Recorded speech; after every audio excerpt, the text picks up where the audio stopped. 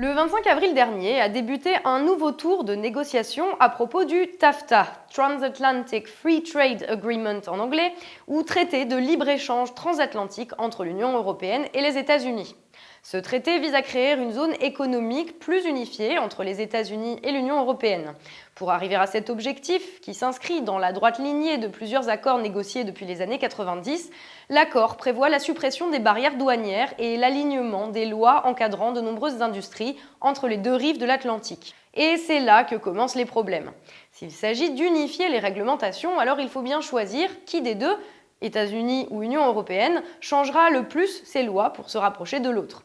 Du côté américain, on plaide pour un abaissement des normes sociales et sanitaires européennes, et du côté européen, on considère que c'est l'occasion pour les États-Unis de s'aligner sur les normes de l'Union européenne.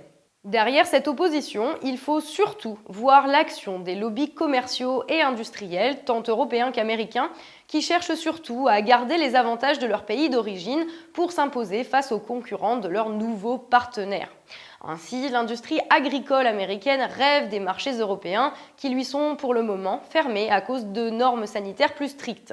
Du coup, CropLife, une fédération internationale de vendeurs de graines, mais aussi de pesticides, affiche clairement ses besoins. En menaçant 40% de ses ventes potentielles, la régulation européenne sur les pesticides n'est pas acceptable. TAFTA devra permettre de l'annuler.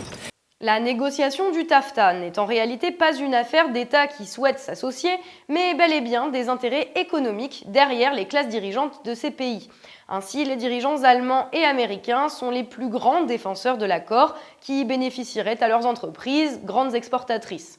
Angela and I agree that the United States and the European Union need to keep moving forward with the Transatlantic Trade Investment Partnership negotiations. Pourtant, les citoyens, et en particulier en Europe, ne le voient pas de cette manière. Le traité rencontre une vive opposition, en particulier en Allemagne, où 83% des gens dénoncent le secret des négociations et s'inquiètent de ses conséquences sur la qualité de vie, l'emploi et les normes sociales. En effet, le texte de travail est tenu secret et seules des fuites de la part de négociateurs ont permis d'avoir un aperçu du contenu de l'accord. Il y a aussi une poignée d'eurodéputés et des représentants de gouvernements européens qui ont le droit de se rendre dans des ambassades américaines, dans des pays de l'Union européenne, pour consulter les documents consolidés, c'est-à-dire les documents sur lesquels il y a eu un accord pendant les rounds de négociations précédents, mais c'est les seules personnes qui peuvent le faire. Ce contenu n'a rien de rassurant.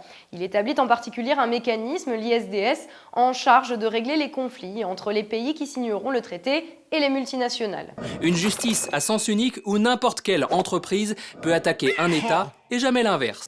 Au lieu de passer par des tribunaux, comme cela est la règle, un comité d'arbitres pourra être saisi et chargé de trouver un règlement au conflit. Ces arbitres sont généralement des avocats d'affaires internationaux, spécialisés et très proches des cadres des grandes entreprises. On peut donc douter de leur impartialité. Des exemples inquiétants existent déjà dans d'autres pays.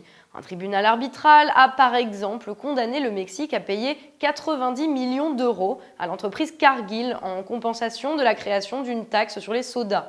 Au Mexique, 14% de la population est diabétique. Et depuis 2006, 500 000 personnes sont mortes de cette maladie. Pire encore, l'Égypte a été attaquée par la société française Veolia pour avoir eu l'audace de passer le salaire minimum égyptien à 72 € par mois. Une perte inestimable pour le géant de la gestion des déchets.